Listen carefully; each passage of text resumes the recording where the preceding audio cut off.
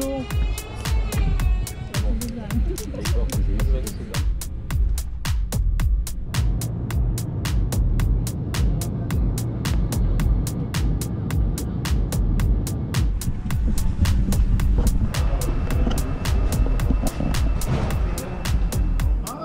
Bonjour. Bonjour monsieur. Arrivé à Düsseldorf.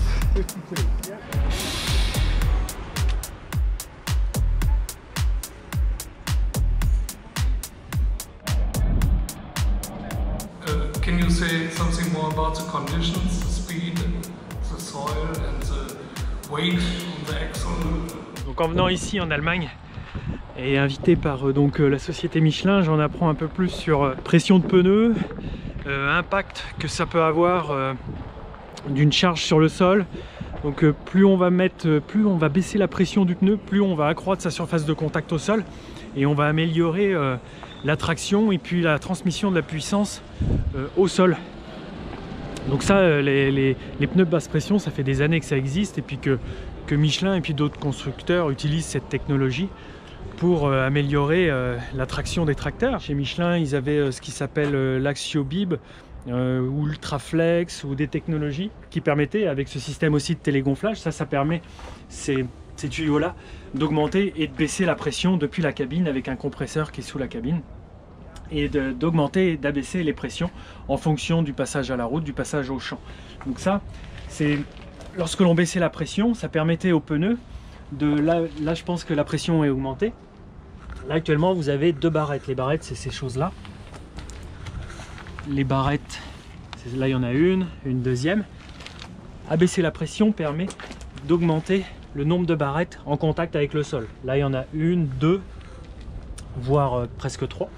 Et de l'abaisser, ça permet par exemple à celle-là de toucher le sol, à celle-là aussi. Là je vais vous faire voir sur le pneu à côté où il est baissé. Vous voyez qu'il y a beaucoup plus de barrettes. 1, 2, 3, 4. Il y en a au moins 5 en contact avec le sol. Donc là on augmente la surface de contact, si vous voulez, en termes de longueur. Et là ce nouveau pneu, a priori, il s'adapte en plus du nombre de barrettes, de la longueur du pneu, il s'adapte aussi à la largeur. Là en pression augmentée, seule cette largeur de roulement touche le sol, de là à là. Et lorsqu'on baisse la pression, ce qu'ils appellent les épaules, ces parties-là du pneu, viennent toucher le sol. Donc on augmente la surface de contact en largeur. Voilà, plus de largeur, plus de longueur. Ça sera a priori une technologie qui est nouvelle chez Michelin. C'est avec Thierry, on se demande où passent les tuyaux, mais d'habitude ils sont en extérieur. Ouais. Voilà, et ici on vient s'intégrer sur l'arbre long. On vient faire glisser la partie noire et bleue qu'on voit juste à l'intérieur, le long de l'arbre. Ah d'accord. Voilà, donc la partie noire c'est le stator, la partie bleue c'est le rotor. Donc la partie bleue tourne avec le pneu, Ouais. tandis que la noire reste fixe par rapport à l'essieu. Donc ça nous permet d'avoir un système complètement intégré, mais qui à la fois reste accessible pour l'entretien. D'accord. Ça c'est propre. Enfin, je dis pour l'entretien, on n'a pas d'entretien, mais si Oui, il y aurait un problème ou des ouais, choses il comme faut ça, quand même y accéder. Donc là l'idée de cette journée c'est de prendre en main le matériel, on va pouvoir l'essayer sur la route et puis l'essayer au champ. On va pouvoir donc sur la route mettre de la pression dans les pneus et au passage au champ de le dégonfler. J'ai entendu dire qu'ici la terre était limoneuse sur 7 mètres de profondeur.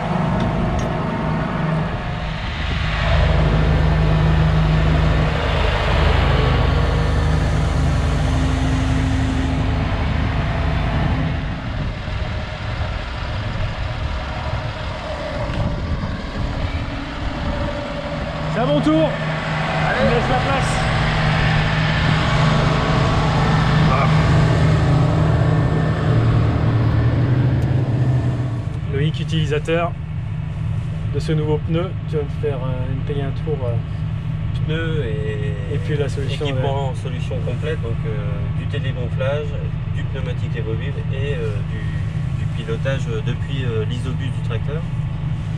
Donc là, si tu veux, on est sur la page d'accueil traditionnelle. Donc on voit les réglages du GPS, l'écran GPS. Ça, c'est ce que le tracteur propose de série, ça, ce boîtier-là, cette console-là. Ah oui. Ouais. Donc voilà, on peut avoir différents modules.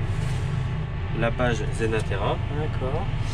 Donc ici, le premier onglet, en fait, tu as quatre outils présélectionnés. Donc là, il y a le groover. Là, c'est un semoir. Et on voit que sur un semoir, donc il y a une trémie, donc qui peut varier au niveau du poids. Une benne également. Et donc lorsqu'on a cette variation de poids sur l'outil, on voit ici 3 onglets. Donc un charge vide, mi-charge et charge pleine. Ah oui. Une déclinaison, avec un seul outil, tu as la déclinaison de 3 réglages de pneus. Super. Donc pour changer un outil, donc là je vais me remettre sur mon tu fais défiler sur mon groover. D'accord. C'est ce qu'on a derrière. Voilà. Donc là pour la journée, en fait le réglage route pour le pneu Evobib, c'est toujours 1 bar 8 avant arrière. Pour la journée, comme tu vois, là on est sur mode route, mais on a mis à 1 bar et 1 bar 4. C'est un réglage pour la rapidité de gonflage. Parce qu'on va être plusieurs essayeurs à succéder, donc un gonflage prend quand même quelques minutes. Voilà. Tu as mis donc le gonflage en marche, il a atteint. Sorti du champ. Elle est atteinte, donc on peut le voir, elle est atteinte, vu les 2 pneumatiques sont en vert et validés, et on voit la pression en dessous. Par exemple, si je te change d'outil, tu peux regarder. Là tu vois, ça c'est 1 bar 8, c'est la pression à atteindre, donc pour un semoir lorsqu'on roule sur la route. 1 bar 8, et là les pressions sont 1 bar et 1 bar 3, donc ils vont se remettre à gonfler pour... D'accord. C'est simple à faire défiler, et puis c'est la programmation à l'origine. Comme je te disais, là tu as 4 outils réglés, et si tu veux aller changer tes outils, tu peux en avoir 30 dans les paramétrages. Donc ici apparaissent ces 4 outils. Si je veux changer un outil, je le sélectionne. Et là, on voit toute la liste des autres outils qui apparaissent. Donc par exemple, je vais choisir le chisel, je valide, et donc le chisel apparaît. Si je module ici, si je rechange mon outil, mon chisel apparaît là.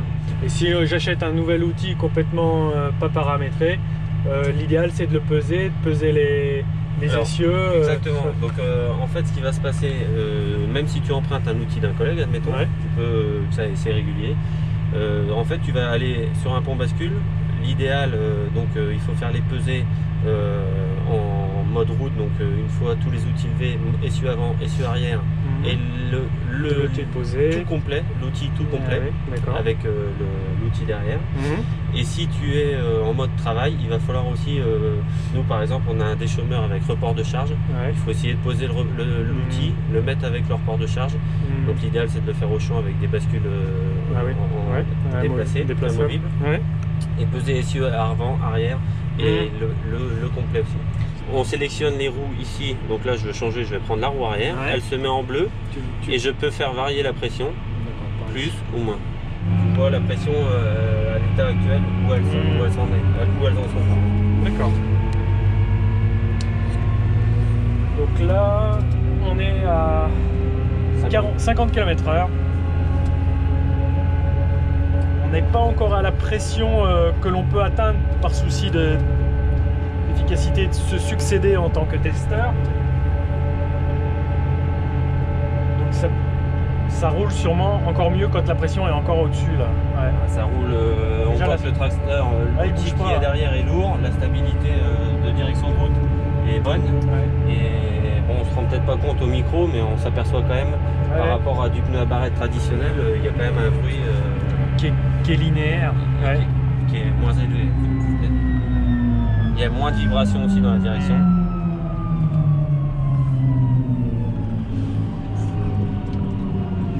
Donc là, si tu veux bien, je vais te proposer de prendre le volant. Ouais, je veux bien.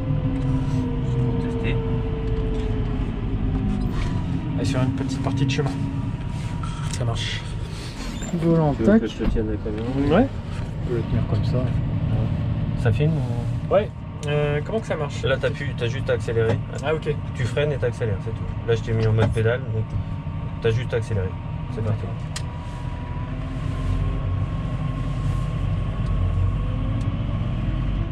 Il y a un pont suspendu ouais, qui est activé là devant, oui, j'imagine.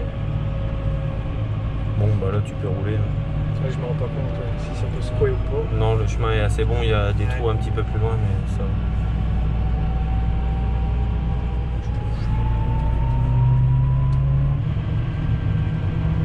J'ai jamais vu des chemins qui roulaient aussi bien. Au chemin là on prendra à gauche et juste après le chemin tu passeras en mode champ pour que la pression commence à descendre pour que lorsqu'on arrive au champ elle soit à la pression adaptée pour travailler. Là non, route. Voilà. Et là tu vois qu'il apparaît champ. Donc là la pression va diminuer.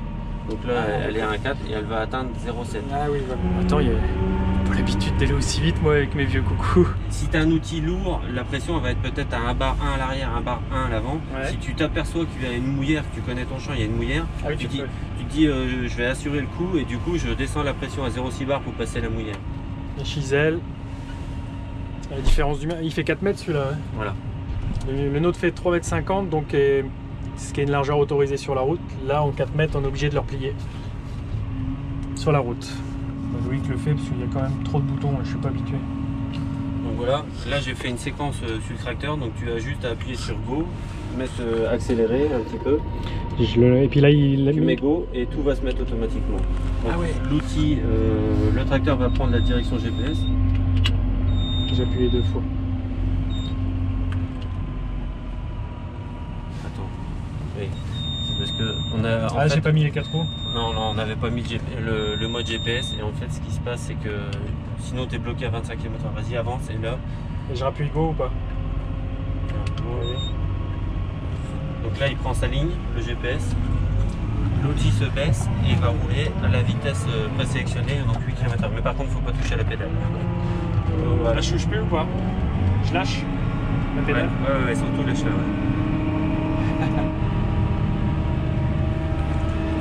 Donc là une technologie que le tracteur embarque, c'est-à-dire le guidage par GPS, le volant se tourne tout seul, il va tout droit, et le séquençage de baisse de l'outil, les régimes moteurs, tout est automatisé. Et la présélection de la vitesse. Par contre en bout de champ, on doit reprendre la main. Voilà, tu reprends la main, tu appuieras donc juste sur End. Ouais. Et puis là on va caler sûrement. Je mets un peu de gaz. Tu reprends un peu la pédale. Donc là on a fini le travail et je vais passer en mode route et redonner la pression aux pneus. Voilà, un bar à l'avant et un bar 4 à l'arrière. Les pressions demandées on les voit là, un bar et un bar 4, et celle du dessous, celle qu'on est actuellement, 0,6 à l'avant et 0,7 à l'arrière. Si c'est le compresseur d'origine du tracteur qui suffit à faire le télégonflage. Voilà, donc ça permet d'avoir une installation moins onéreuse, ça évite de mettre un compresseur complémentaire.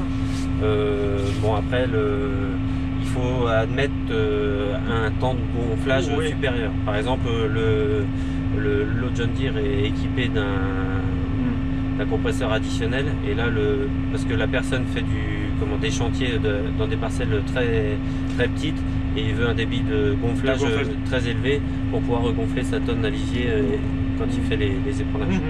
Donc il a mis un gonfleur additionnel. Voilà. Okay.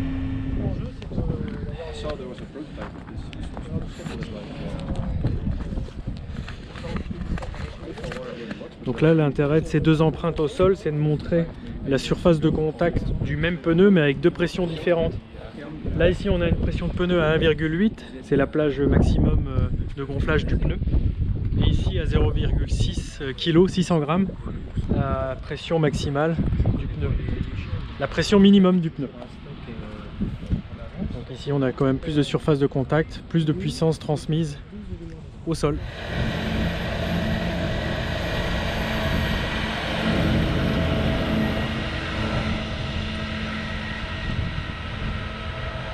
Il y a 3 tracteurs, là nous sommes chez Marcus, un fermier allemand qui nous accueille sous ses hangars et puis qui nous met à disposition son matériel, ses outils de travail du sol sur ses terres. Donc moi sur l'exploitation, c'est pas un équipement qui va me convenir, je fais encore pas assez de kilomètres sur la route. C'est vrai que de pouvoir adapter comme ça ce pneu et l'user spécialement pour la route, ça convient aux agriculteurs qui ont des parcelles séparées de beaucoup de kilomètres, qui font beaucoup de routes, et ça permet comme ça d'user un pneu de manière plus optimale, car les pneus précédents, eh bien, on usait toute la largeur de roulement, que là on va user que la partie centrale. Donc ça convient quand même à un usage particulier. Alors pour ceux d'entre vous qui voudraient en savoir plus sur les aspects techniques, financiers de la technologie, j'ai interviewé l'équipe Michelin, ils ont répondu à vos questions. C'est des questions que vous m'aviez proposées sur Facebook et Twitter. Je vous avais invité à me les poser. Donc j'ai créé une seconde vidéo plus détaillée que vous retrouverez ici dans la fiche en haut à droite ou en lien dans la description. Et voilà, il est l'heure de partir et de rentrer en France. Merci à la marque pour son accueil et pour cette journée. J'espère que vous avez appris des choses. Moi en tout cas j'en ai appris pas mal sur cette technologie de télégonflage. Et je crois que c'est des choses auxquelles il faut être averti, car éviter le tassement des sols, je pense que c'est important. Ça permet d'éviter de les refermer. Et puis aujourd'hui où on travaille de moins en moins le sol, il est important de ne pas trop l'esquinter. Voilà, à la prochaine.